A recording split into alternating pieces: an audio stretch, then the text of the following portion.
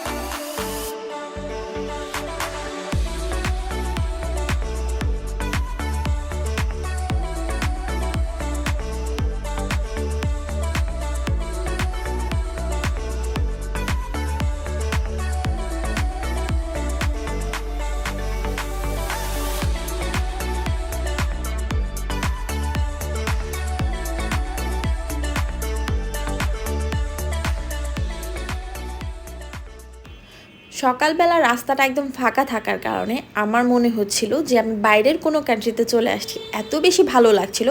আর ওয়েদারটাও অনেক বেশি সুন্দর ছিল। তো আমরা এখন চলে আসছি হজরত শাহজালাল ইন্টারন্যাশনাল এয়ারপোর্টে, যেটা হচ্ছে আপনাদের ডোমেস্টিক টার্মিনালে আমাদের যেতে হবে। এটা সবাই মনোযোগ দিয়ে খেয়াল রাখবেন যে আপনারা কিন্তু ডোমেস্টিক টার্মিনালে অবশ্যই যাবেন যারা হচ্ছে ঢাকার থেকে আপনারা বিভিন্ন জেলায় ভ্রমণ করবেন। আর বাংলাদেশের বাইরে হলে আপনারা হচ্ছে আন্তর্জাতিক টার্মিনালে যাবেন। আমি পুরোটা ভিডিওতে আপনাদেরকে জানিয়ে দিব যে কিভাবে কি করতে হবে। যতটুকু আমি জানি বা জেনেছি সেটা সম্বন্ধে আপনাদেরকে একটা ধারণা দিব।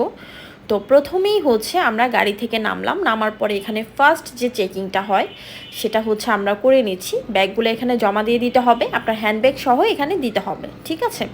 তো এখান থেকে চেকিংটা আমাদের হয়ে গেছে। আমরা এখান থেকে এখন চলে যাব। আমাদের ব্যাগগুলি আমরা জমা দিয়ে ফেলেছি। এখন আমরা হচ্ছে ভিতরে প্রবেশ করছি। দেখতেই পাচ্ছেন এখান দিয়ে হচ্ছে ওরা ব্যাগটা চেক করে নিচ্ছে। তো আমরা ভেতরে চলে আসছি। আমরা আসলে অনেক বেশি আগে চলে আসছি, আর একটু পরে আসলে ভালো হতো। তারপরেও ভাবলাম বিমানের ব্যাপার, এয়ারপোর্টের একটা ব্যাপার, যদি কোনো প্রবলেম হয়ে যায় সেক্ষেত্রে কিন্তু একটু টাইম হাতে নিয়ে যাওয়াটাই ভালো। তো এখান থেকে হচ্ছে আমরা প্রথমে আমাদের বোর্ডিং পাসের জন্য ইউএস বাংলার কাউন্টারের সামনে চলে গেলাম, এবং আমাদের বেশি সময় লাগেনি, আমরা খুব তাড়াতাড়ি হচ্ছে আমাদের বোর্ডিং পাসটা হাতে পেয়ে গেলাম।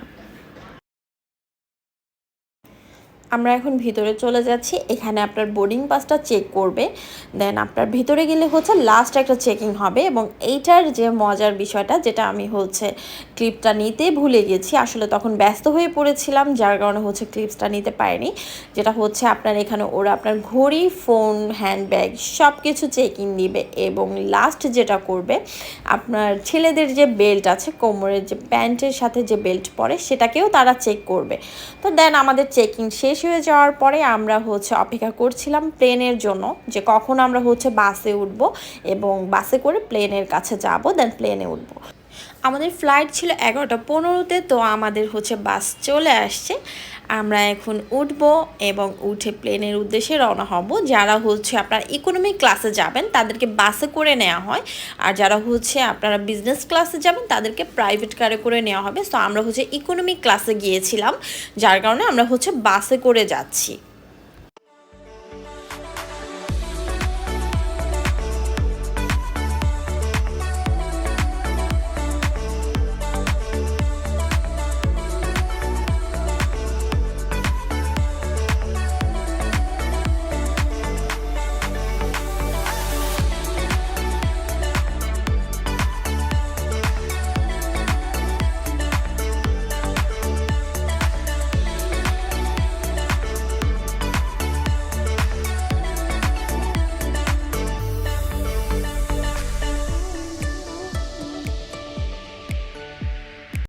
আমরা বাস থেকে নেমে গিয়েছি, এখন হচ্ছে আমরা বিমানে উঠবো। ছোটোবেলায় হচ্ছে যে বিমানগুলো আমরা আকাশে উড়তে দেখতাম সেটা এখন মানে সামনে থেকে দেখছি, এটা ফিলিংটা আসলে অন্যরকম।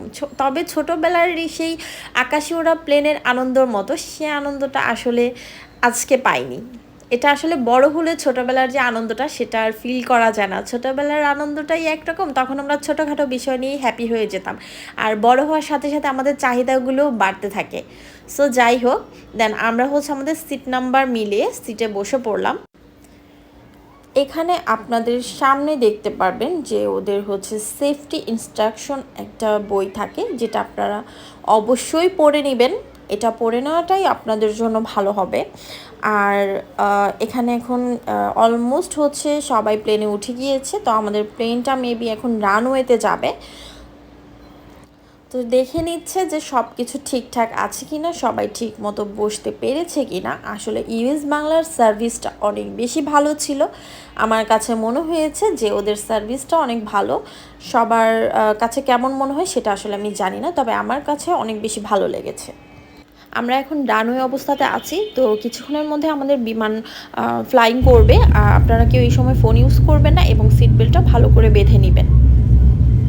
উপর থেকে আসলে শহরটা অনেক বেশি সুন্দর লাগছিল এবং সব কিছু অনেক ছোট ছোট দেখাচ্ছিল। আসলে এইটার যে ফিলিংটা, এটা আসলে প্লেন জার্নি না করলে কখনোই পাওয়া যায় না, আর এটা সত্যি দেখতে খুব সুন্দর লাগছিল। এখন হচ্ছে আমরা ফ্লাইং অবস্থাতেই আছি। আমাদের প্লেনটা হচ্ছিল 15,000 ফিট উপর দিয়ে যাবে এবং এটা এখনও উপরের দিকে আস্তে আস্তে উঠতেছে। তো যখন প্লেনটা একটু আস্তে আস্তে উঠতে থাকে তখন হালকা একটু মাথা ঘোরায় এবং বমি বমি একটা ফিল আসে। এটা অনেকের হয় বা অনেকের হয় না, যেটা আমার ফার্স্ট টাইম বিধায় হয়েছে কিনা আসলে আমি বলতে পারবো না, বাট এটা আমার হয়েছে এবং অনেকেরই হয়েছে। এই প্রবলেমটা মেবি সবারই হওয়ার কথা। তো আবার এখানে ছোটোখাটো একটু হালকা পাতলা ঝাঁকুনি হয়, যেটা হচ্ছে আপনার প্লেন টার্বুলেন্স। এইটাতে কেউ ভয় পাবেন না, এটা একদম স্বাভাবিক একটা ব্যাপার। তো আমাদের জার্নিটাতে আমাদের সাথেই থাকুন। মেঘগুলি দেখতে এত ভালো লাগছিল, আমার মনে হচ্ছে যে আমি মেঘের রাজ্যে ভাসছি। এইটার সাথে আসলে এই মোমেন্টে কি গানটা যায়, একটা গান প্লে করলে কেমন হয়।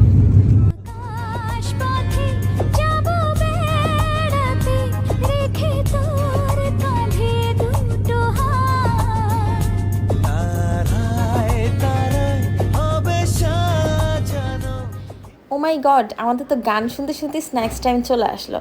তো ওরা হচ্ছে এখন প্লেনে মানে ইউএস বাংলাতে আপনাদের একটা মিনারেল ওয়াটার দিবে এবং একটা মিনি বার্গার দেয়।